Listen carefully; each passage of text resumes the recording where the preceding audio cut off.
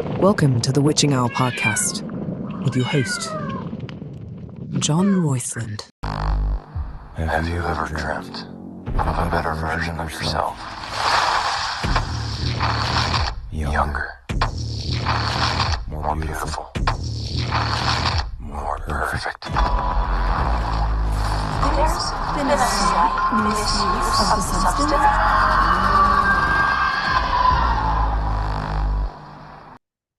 Hey everybody, welcome back to the Witching Hour podcast. I am your host, John Roysland.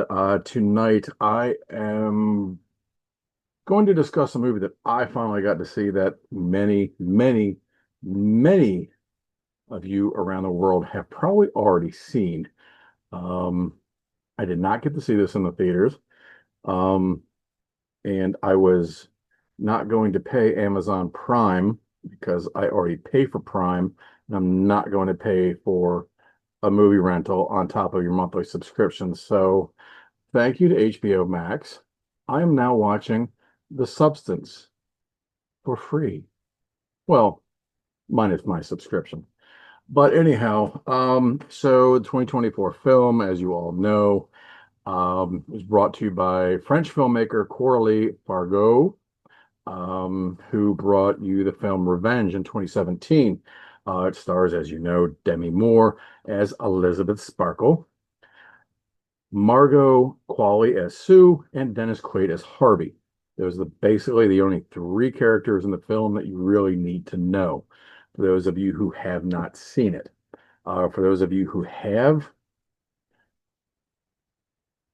I would love to know what you guys thought about this film. Basis of the film, Elizabeth Sparkles is a big name in Hollywood. She has her own aerobic show. Harvey is the top executive for this channel, for the show, for whatever. And Demi Moore is reaching that point in her life where corporate is deciding we need somebody a little bit younger, tighter, pretty face, pretty smile. Demi is just kind of burning out because of her age in the corporate eye.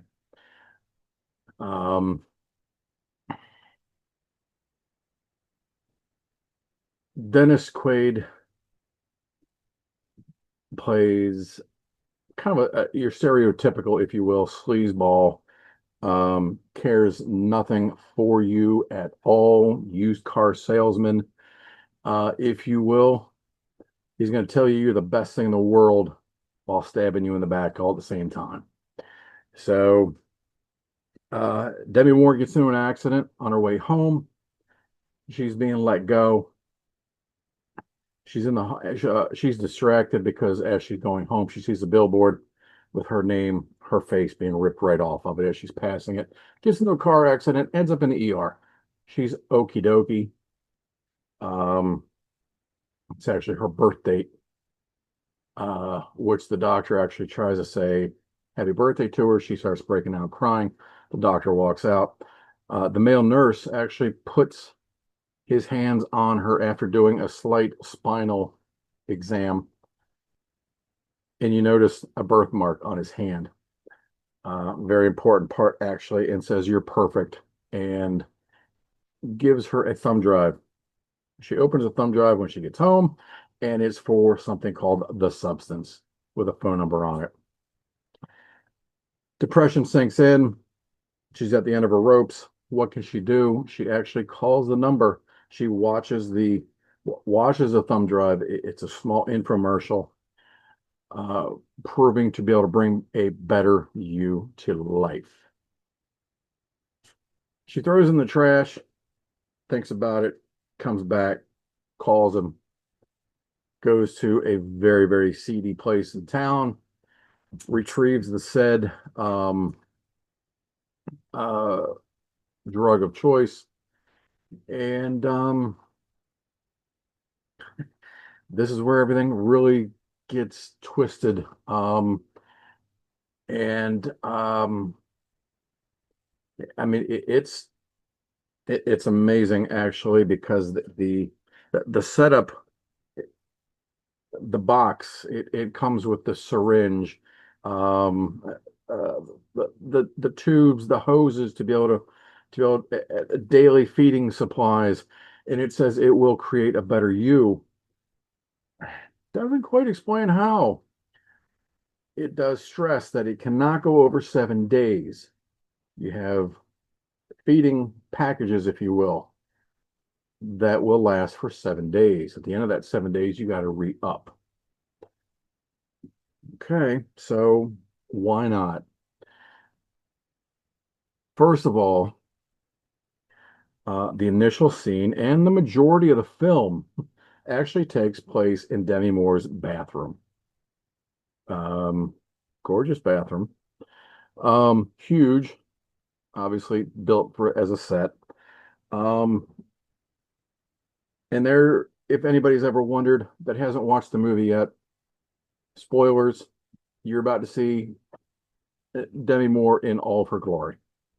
Now, people have asked, is that really her? Oh my gosh, she looks great for her age, which coincidentally, she's 62. She is a beautiful woman still, and she'll actually be 63 next month in November. So, not that she's ever going to fucking watch my show, but happy early birthday to her. But yes, she does look amazing. What was her in the film? I don't know. It has been noted that there were two body doubles for her in the film, although she did say that she was willing to do as much as she possibly could. So, full frontal, top, bottom, backside, everything is exposed in the film. How much of it is hers or not, don't know. But you can use your imagination and have at it. So, regardless, she's got everything set up, follows the little instructions, and she creates a better version of herself as promised. And it pops right out of her back, right out of where that spinal test was given in the hospital by the male nurse. This was some really hard scenes to watch. I mean, this is a Hollywood movie. This is a huge Hollywood budgeted movie. And as far as horror goes in Hollywood, it's commercial horror. I'm sorry. If there's something that you want to see that's going to make you sick and gross you out because of reality and gore, you're going to want to go see Serbian film. Okay. Go pick something up from Unearthed Films, and not to a movie theater. Okay, this wasn't gory and violent. This was just the makeup, the special effects were like nothing I've ever seen. She basically birthed herself in a different version, a different person. Did it look like her, like Demi Moore? No, not at all. It was a younger, 21, 22-year-old version, better. Now, after you said birth somebody, your body is now down and out for 7 days. Meanwhile, this new body gets to kind of run free and create her own life, her own better you. So just happens that there is an ad in the paper for beautiful young 18 to I think 25-year-old female for aerobics TV show. Demi's old job. She applies, she gets a job, she becomes new star for 7 days. And then she agrees with the producer, Dennis Quaid. I have to have off. I can work 7 days. I got to have off every other 7 days for medical reasons. Her mother's sick, something like that. And in which case, she refeeds Demi. Reverse osmosis, basically. throughout the whole thing, back and forth, back and forth, back and forth throughout the film. So the film goes on, and it is a 2.5 hour film.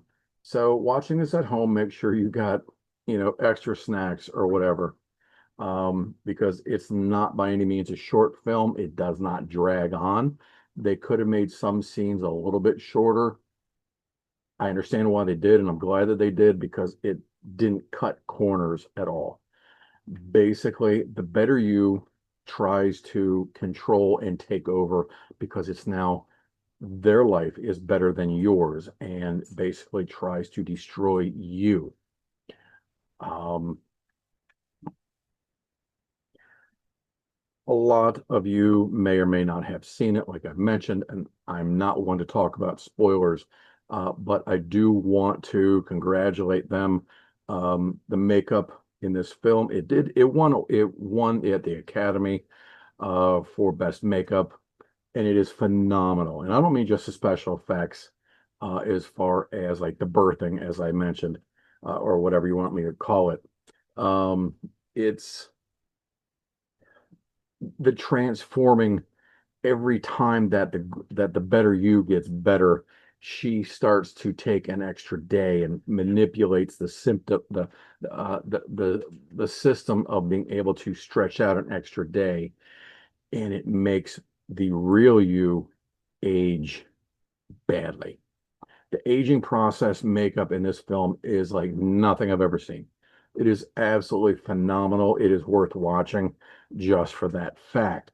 Demi Moore did a great job. She won numerous awards, not at the Academy, but damn near everything else that offers awards she got for Best Actress. Very, very well deserved after a long career. Been kind of quiet with her for the last couple years. I do know she has spent a lot of time with her ex-husband, with Bruce Willis's illnesses. But as an actress, top-notch job, both her and Margot Qualley.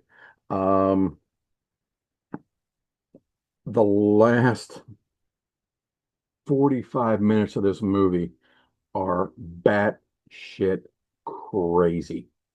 Tons of blood. Again, no spoilers. I am going to say I understand the closing of the film. I will leave you with the final performance. I absolutely hated it. Hated it, hated it, hated it. I understand why. They did a good job with it. Again, prosthetics, the makeup, special effects were great, but I hated it. I really, really did. I will say the last 5 minutes of the film, from that point to the very end, I was not a fan. Up to that point, great film. I will definitely rewatch this movie.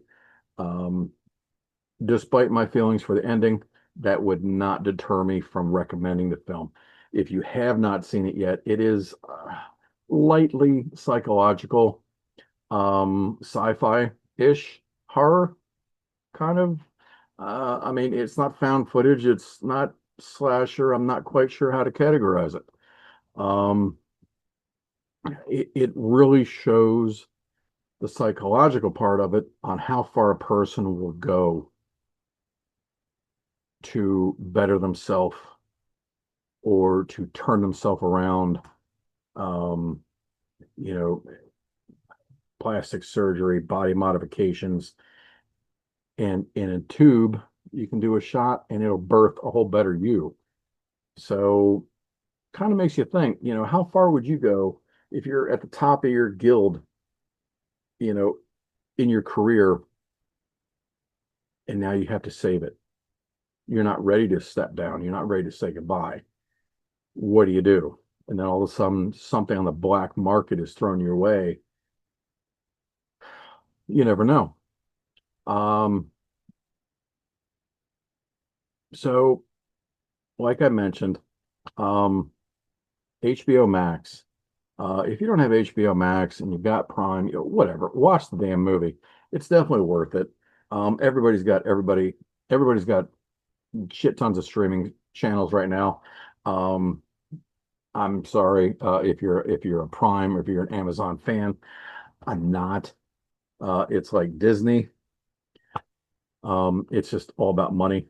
So, you know, whatever. Um, anyhow, The Substance 2024 film, probably one of the more original films I've seen in a long, long time, and I really appreciate that.